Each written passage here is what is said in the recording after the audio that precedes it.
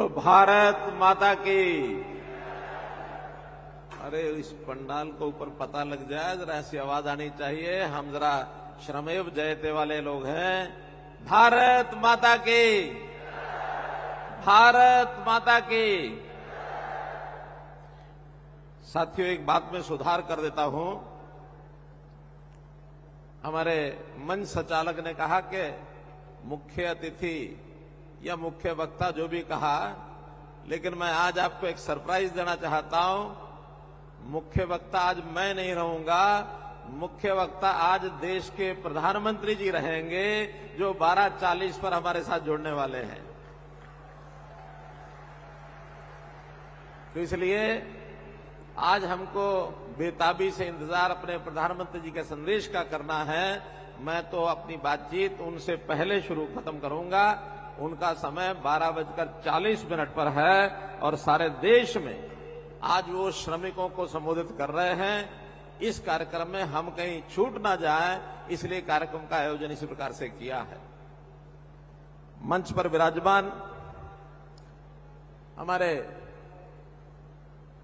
विधायक यहां के श्री नयनपाल रावत जी, हमारे विधायक श्री जगदीश नैयर जी, श्री दीपक मंगला जी, और पहले मैं संबोधन करना भूल गया कि हमारे जो मंत्री श्रम विभाग, लेबर मिनिस्टर श्री अनूप धानक जी, उपस्थित आनंद मोहन शरण जी, डॉक्टर राज निर्भीक जी, हमारे यहां के अधिकारी प्रधान सचिव श्री राजीव रंजन जी, हमारी डीसी मैडम, एसपी साहब, श्रम विभाग के सभी अधिकारीगण, दूर दूर से आए हुए आज इस राष्ट्रीय श्रमिक दिवस पर पधारे हमारे श्रमिक बंधुओं, बहनों, भाइयों, पत्रकार छायाकार मित्रों, मैं आज सबसे पहले आपको इस बात की बधाई देना चाहता हूं कि जिनके नाम से हमको प्रेरणा मिलती है, भगवान विश्वकर्मा जी, उनका आज जयंती का दिन है। और आज ही के दिन को इस देश में राष्ट्रीय श्रमिक दिवस इस रूप में मनाया जाता है। इस अवसर पर आपको बहुत बहुत बधाई, बहुत बहुत शुभकामना। और इसी प्रकार से एक महत्वपूर्ण जो विषय आज के दिन हम श्रमिकों के लिए, तो विश्वकर्मा दिवस जयंती का ये अपने आप में बहुत बड़ा महत्व है, लेकिन कम महत्व की बात ये नहीं है कि उनकी प्रेरणा से ही देश को एक नवनिर्माण की दृष्टि से आगे बढ़ाने वाले हमारे यशस्वी प्रधानमंत्री श्री नरेंद्र मोदी जी, उनका भी आज 17 सितंबर को ही जन्मदिन होता है। मैं उस उनके जन्मदिन पर भी आपको सबको बहुत बहुत बधाई और बहुत बहुत शुभकामना देता हूं। और साथ ही प्रभु से प्रार्थना करता हूं कि आदरणीय श्री नरेंद्र मोदी जी को लंबी आयु प्राप्त हो और जैसे देश की सेवा एक प्रधान सेवक के नाते वो कर रहे हैं, इसी प्रकार से लंबे समय तक उनकी सेवा संप्राप्त करते रहें और वो देश की सेवा करते रहें। मैं प्रभु से, आप सबकी ओर से ये प्रार्थना करता हूं। भाइयों बहनों, ये समारोह आज एक ऐसे स्थान पर किया जा रहा है जो स्वयं भगवान विश्वकर्मा जी के नाम से, जिनका हमने नाम रखा है, भगवान विश्वकर्मा जी जैसे दुनिया के सबसे बड़े शिल्पकार, एक कारीगर के रूप में, एक कलाकार के रूप में, जैसे उनका स्थान, उन्हीं के नाम से ये जो कौशल विश्वविद्यालय हमने स्थापना की है गांव दुधोला में, इस परिसर में आपका ये कार्यक्रम हो रहा है। इसके लिए मैं यहाँ के विश्वविद्यालय को भी भूरी भूरी प्रशंसा करता हूं कि हमारे कौशल विकास में बहुत बड़ी भूमिका ये विश्वविद्यालय निभा रहा है। इस कौशल विश्वविद्यालय के हमारे प्रथम कुलपति श्री राज निर्भीक जी लगातार कड़ी मेहनत करते हुए, इनको 6 साल हो गए हैं इस विश्वविद्यालय के एक प्रकार से तरक्की के लिए, इसके निर्माण के लिए लगातार लगे हैं। और मैं एक बधाई राज निर्भीक जी वाइस चांसलर उनको भी देना चाहता हूं कि इन्होंने 6 साल यहां रहते रहते विश्वविद्यालय का निर्माण तो ये कर ही रहे हैं, अपने जीवन को भी बखूबी आगे बढ़ा रहे हैं। और इन्होंने हरियाणा के विषयों पर इन 6 सालों में अपनी पीएचडी भी प्राप्त की है। उस पीएचडी प्राप्त करने पर मैं इनको राज नेहरू की जगह डॉक्टर राज नेहरू इस नाते से संबोधित करता हूं। आपको बहुत बहुत बधाई राज नेहरू जी। मित्रों, भाइयों बहनों, जैसा मैंने कहा, श्रमेव जयते, श्रम की विजय हो। आखिर हमने क्यों ऐसा कहा है? हम ऐसा मानते हैं कि आदिकाल में जब मनुष्य एक प्रकार से जंगल में रहता था, 2 पैरों का जानवर मात्र होता था, उस युग को आखेट युग ऐसा कहा जाता है, जब कोई संस्कृति सभ्यता नाम की चीजें नहीं होती थी। धीरे धीरे जब विकसित सृष्टि संसार ये बनना शुरू हुआ, उस समय विश्वकर्मा जी की भूमिका शुरू हुई।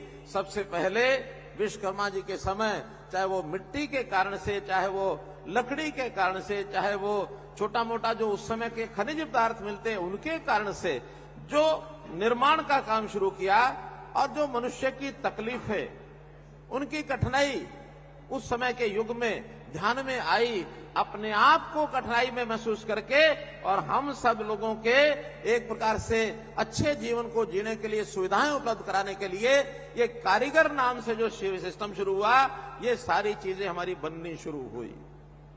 और इसके बनने का श्रेय सीधा आपको जाता है। आज भी हम कितने ही काम में लगे हैं, कोई मजदूरी करता होगा, कोई किसी फैक्ट्री में काम करता होगा, कोई कहीं ना कहीं कुशल श्रमिक के नाते होगा, कोई अर्ध कुशल श्रमिक के नाते होगा, कोई हथौड़ा पीटता होगा, कोई मिट्टी खोदता होगा, और कोई चिनाई करता होगा, कोई बार बाइंडिंग करता होगा, कोई टाइलिंग लगाता होगा, कोई मशीन पर काम करने के लिए लेथ पर काम कर रहा है। हर प्रकार के काम करते हैं। हम जो चारों तरफ अपने यहां देख रहे हैं, चाहे वो ये शेड हो, चाहे ये लाइटें हो, चाहे मेरा माइक हो, चाहे आपके हाथ में मोबाइल हो, चाहे आपके पैर में जूती हो, हर चीज श्रमिक की मेहनत के बिना बन नहीं सकता है। एक प्रकार से आज का जो आधुनिक विकास है, इसके मूल जिसको कहना चाहिए जड़ में अगर किसी का सबसे ज्यादा योगदान है, वो हमारे श्रमिक भाइयों का है। श्रमिक भाइयों के बिना ये प्रत्यक्ष विकास कभी संभव नहीं होता। तो मैं निश्चित रूप से आपके योगदान को सलाम करता हूं। और भगवान विश्वकर्मा, जिनको हम भगवान कहते हैं, वास्तव में जो भगवान शब्द जो बना है, ये प्राकृतिक चीजों को जोड़ करके बना है।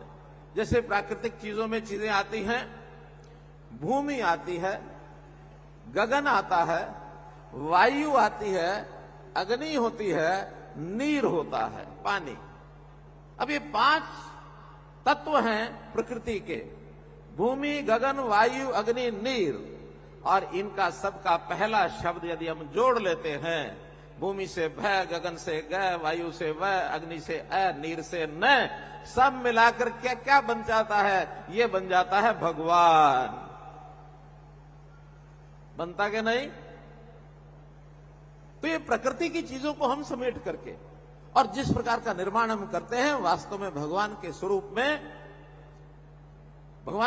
में भगवान विश्वकर्मा थे। लेकिन उस काम को बढ़ाने वाले आज हम उन्हीं के स्वरूप के रूप में काम करते हैं। और वो जो रचना हमारे यहाँ है, इस रचना को हम प्राकृतिक रचना से कम नहीं मानते हैं। इसलिए हम जो सबकी मदद करते हैं, हमारी भी अपेक्षा है सरकार से कि सरकार उसको पूरा करे। इस प्रकार के काम करने के लिए हमने हरियाणा में बहुत सी ऐसी योजनाएं बनाई हैं, और इन योजनाओं के माध्यम से हमारा जो श्रमिक है, इस श्रमिक को किस प्रकार से आगे बढ़ने के लिए अवसर मिले। उसमें सबसे पहला तो मैं ये कहूंगा कि हुनर सिखाने के लिए जो हमारा कौशल है, वो कैसे हुनर के नाते से निखरे, कैसे कुशल बने। तो उसके लिए हरियाणा में एकमात्र ये जो विश्वविद्यालय हमने विश्वकर्मा कौशल विश्वविद्यालय बनाया है, ये श्री विश्वकर्मा कौशल विश्वविद्यालय, इसके माध्यम से हजारों युवक, अभी तो इसका प्रारंभ है, हजारों युवक हर साल कौशल लेकर के आगे बढ़ेंगे। ये एक सबसे पहला इस काम के अंदर हमने आगे किया है। स्वामी विवेकानंद ने अपने जीवन में कहा था, बहुत से जीवन के अंदर चीजों का व्याख्या होती है, उन्होंने श्रम की व्याख्या की थी कि वास्तव में श्रम ही जीवन है। अगर कोई आदमी श्रम करना छोड़ देगा, आलसी हो जाएगा, तो उसके जीवन के अंदर कभी भी खुशहाली नहीं आ सकती है। हम हर प्रकार के श्रम करके आगे बढ़ते हैं और जिसके कारण से न केवल हमारा अपना भला व्यक्तिगत होता है, हम परिवार तो पालते ही हैं, लेकिन परिवार पालने के साथ साथ हम प्रदेश और देश इसको कैसे आगे बढ़ाते हैं, इसके नाते हमारा जो योगदान है। हम जानते हैं कि देश अपना आजाद हुआ था सन 1947 में। देश के प्रधानमंत्री जी ने कल्पना रखी है कि आजादी के जब 100 साल हो जाएंगे 2047 तक, ये भारत देश दुनिया की एक ताकत बनकर के उभरेगा। आज दुनिया में हम 5वें स्थान पर हैं दुनिया में, लेकिन 47 आते आते, अर्थात अगला ये जो 25 साल का कार्यकाल जो पिछले साल 2022 में उन्होंने घोषणा की थी कि 25 साल का कार्यकाल ये हमारा अमृत काल रहेगा, और ये अमृत काल प्रारंभ हो चुका है। इस अमृत काल के प्रारंभ होने में हम एक एक कदम आगे बढ़ते बढ़ते 2047 के अंदर यह देश दुनिया की ताकतों में तीसरे स्थान पर पहुंच जाएगा। मेरे मित्रों, भाइयों बहनों, तीसरे स्थान पर दुनिया की एक बड़ी ताकत ये बनने वाला है।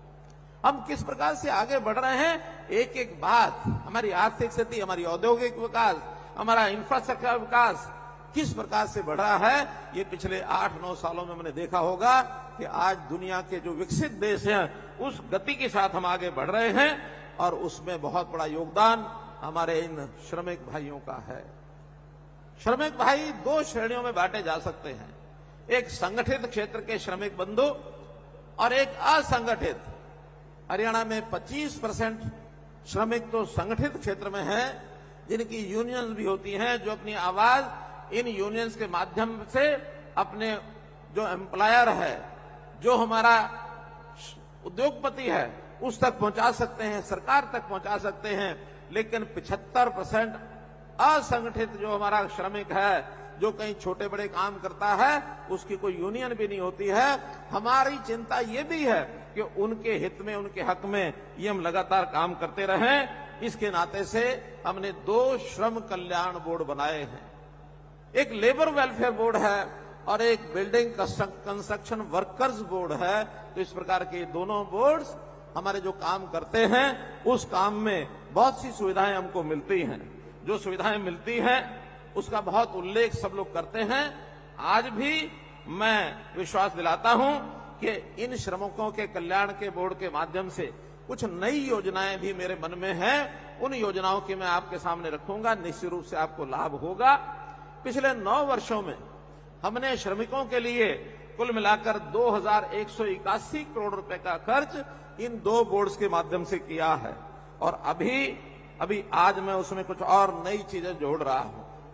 जैसे आपने देखा, अभी श्रमिकों के परिवार में जो बेटियां हैं, जो कॉलेज में पढ़ती हैं, इनको स्कूटी देने के लिए और हमने एक प्रावधान किया है। तो इलेक्ट्रिक स्कूटी, ये हर एक बेटी जो कॉलेज में पढ़ती है, श्रमिकों की बेटी, वो उसको एक जो स्कूटी है उस देने का स्थायी प्रावधान हमने किया है। जो भी बेटियां पढ़ती हैं उसके लिए हम हकदार हो गए हैं एक स्कूटी प्राप्त करने के, और स्कूटी के बदले में शायद हमने पैसा तय किया है। कितना? 50,000 रुपया उस स्कूटी को खरीदने के लिए तय किया है। 50,000 रुपया हर एक श्रमिक को, एक बेटी के लिए, कॉलेज में पढ़ने वाली बेटी के लिए वो आपको मिलेगा। इसी प्रकार हमारे जो श्रमिक साइकिल खरीद करके इस योजना का लाभ उठाते थे, उसमें 3,000 रुपया पहले मिलता था, और अब से आगे जो दिया जाएगा साइकिल के लिए, वो 3,000 की बजाय 5,000 रुपया राशि उस साइकिल के लिए दिया जाएगा। योजना अच्छी लगी कि नहीं? लगी तो जरा मुझे ही बताया करो। कोई श्रमिकों की योजना है तो आप सुन रहे हैं कि नहीं सुन रहे, मुझे पता तो लगे। इसी प्रकार हमारे श्रमिक, जो महिला श्रमिक हैं, सिलाई मशीन खरीदने के लिए उनको एक अनुदान पहले मिलता है, वो मिलता है 3500 रुपया, उसको बढ़ा करके भी 4500 रुपया कर दिया गया है, ताकि 1000 रुपये की राशि उसमें बढ़ करके उनको मिले।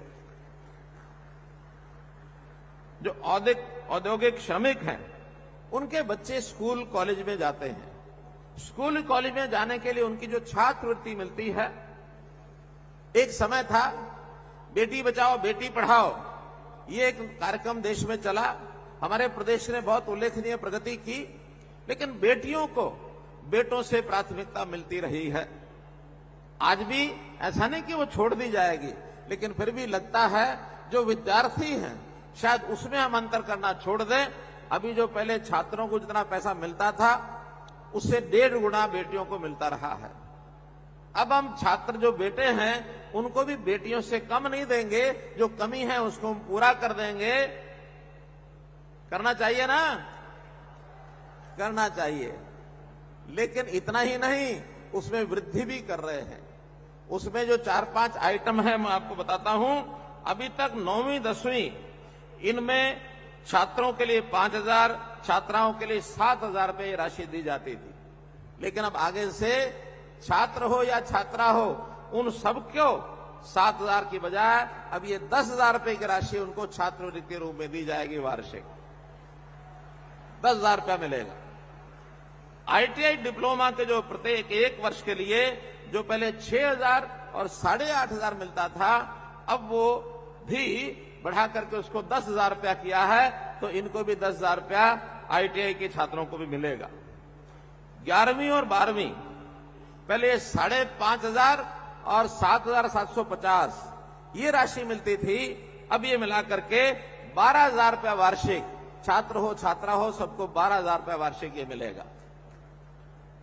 ऐसे ही सभी प्रकार के स्नातक डिग्री, इसमें जो पढ़ने वाले हमारे छात्र छात्राएं हैं जिनको पहले 6,000 और 8,500 रुपया मिलता था, इनको 8,500 के बजाय इनको 15,000 रुपया वार्षिक, जो हमारे डिग्री स्नातक BA करने वाले जो छात्र छात्राएं हैं उनको 15,000 रुपया वार्षिक ये दिया जाएगा। ऐसे ही polytechnic diploma, CA, pharmacy, ANM, GNM, under graduate diploma, इन सबको भी पहले 7 और 10,000 रुपया था, इनको 15,000 रुपया वार्षिक ये सब दिया जाएगा। सभी प्रकार के इंजीनियरिंग डिग्री, B फार्मेसी 8,000 और 11,500 मिलता था, इनको बढ़ा करके 20,000 रुपया वार्षिक ये कर दिया गया है। ऐसे ही सभी प्रकार की स्नातकोत्तर डिग्री, डिप्लोमा, BSc नर्सिंग, इनके लिए भी 20,000 रुपया वार्षिक कर दिया गया है। सभी प्रकार के medical degree MBBS, BDS, BAMS, इनके लिए 21,000 रुपया वार्षिक ये सब कर दिया गया है। तो इस प्रकार से इन सब की छात्रवृत्ति में पर्याप्त जो बढ़ावा है वो हमने किया है। श्रमिकों की कई बार क्रोनिक बीमारियां, ये जो बीमारियां होती हैं जानलेवा भी कई बार बीमारियां होती हैं, लेकिन इसमें उनके इलाज का तो सारा खर्च ESI से हम लोग क्योंकि रजिस्टर्ड हैं वो सब मिलता ही है, लेकिन उनको कई बार एक अच्छी डाइट की आवश्यकता होती है, तो उस डाइट के लिए, स्वास्थ्यप्रद खानपान के लिए अपनी जो सैलरी है उसके अलावा 2,000 रुपया महीना उसके केवल खानपान के लिए इसमें हमने बढ़ोतरी की है। जिनको ये जब तक वो बीमारी होती है उनको 2,000 रुपया महीना ये अलग से भी उसमें मिलेगा। श्रमिकों के लिए 4 बड़े नगर फरीदाबाद, गुरुग्राम, सोनीपत और यमुनानगर HSVP के जिम्मे हमने, HSIDC के जिम्मे हमने लगाया है। वो इन सब स्थानों पर जो आवासीय मकान हैं, अस्थायी जिनको रहना होता है, उनके लिए पहले चरण में, मैं पहला चरण कह रहा हूं, आगे और बढ़ाएंगे, पहले चरण में इन चारों शहरों में 500 फ्लैट यानी कुल 2,000 फ्लैट इस वर्ष में तैयार कर दिए जाएंगे। जो ऐसे जो अस्थायी कर्मचारी जो कई बार जो कभी कभी कहीं कहीं नौकरी करते हैं, बाहर चले जाते हैं, जिनको किराए के लिए आवश्यकता होती जगह की, उनको ये 2,000 जो फ्लैट हैं इनका निर्माण किया जाएगा। फतेहाबाद जिला गुरुग्राम के हरसरू, कादीपुर, वजीराबाद, इनमें ESI की डिस्पेंसरी ये स्थापित की जाएगी।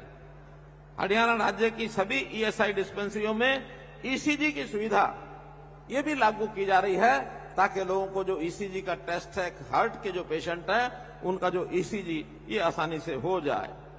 भाइयों बहनों, हमने आयुष्मान की योजना ये जो लागू की है, जिसका लाभ हमको ईएसआई के माध्यम से भी मिलता है, अन्य जगह भी हेल्थ सर्विस में मिलता है।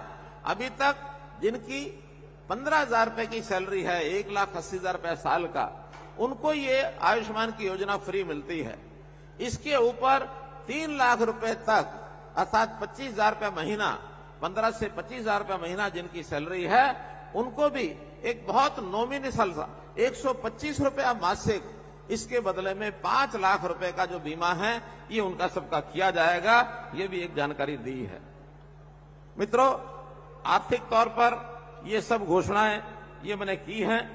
एक और इसके साथ विषय कि आज जैसे प्रधानमंत्री जी विश्वकर्मा दिवस पर कुछ योजनाएं घोषित करने वाले हैं। उन घोषणाओं में एक योजना हमारे यहां विश्वकर्मा कौशल विश्वविद्यालय जहां बैठे इन्होंने भी बनाई है। मैं इसकी जानकारी आपको देता हूं।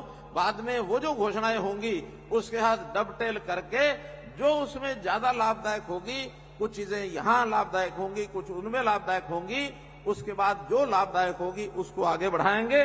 जैसे एक योजना यहां बना रहे हैं, वो है गुरु शिष्य कौशल सम्मान योजना।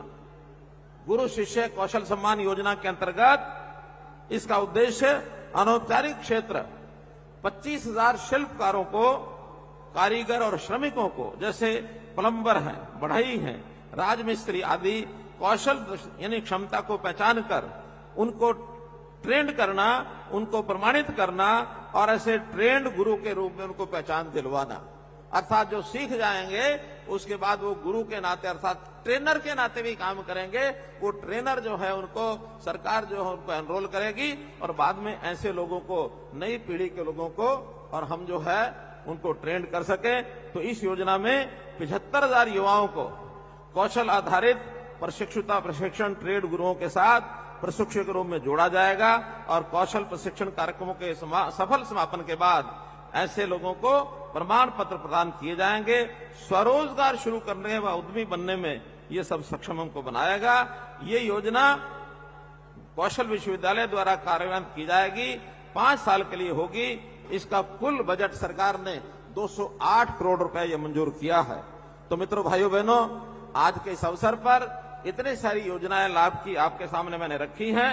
अब आप चूंकि एक कुशल कारीगर के नाते, कुशल श्रमिक के नाते अपने आप को आगे बढ़ाएंगे और परिवार में जो अपने और सदस्य हैं उनके लाभ के लिए, भलाई के लिए सरकार द्वारा जो योजनाएं हैं उनका लाभ आप उठाएंगे।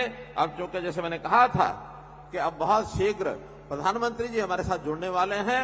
अब उनके द्वारा बताई गई आज विश्वकर्मा दिवस के अवसर पर जो भी बातें हैं उनको हम सब बड़े ध्यान से सुनेंगे। आपका बहुत बहुत धन्यवाद, बहुत बहुत आभार।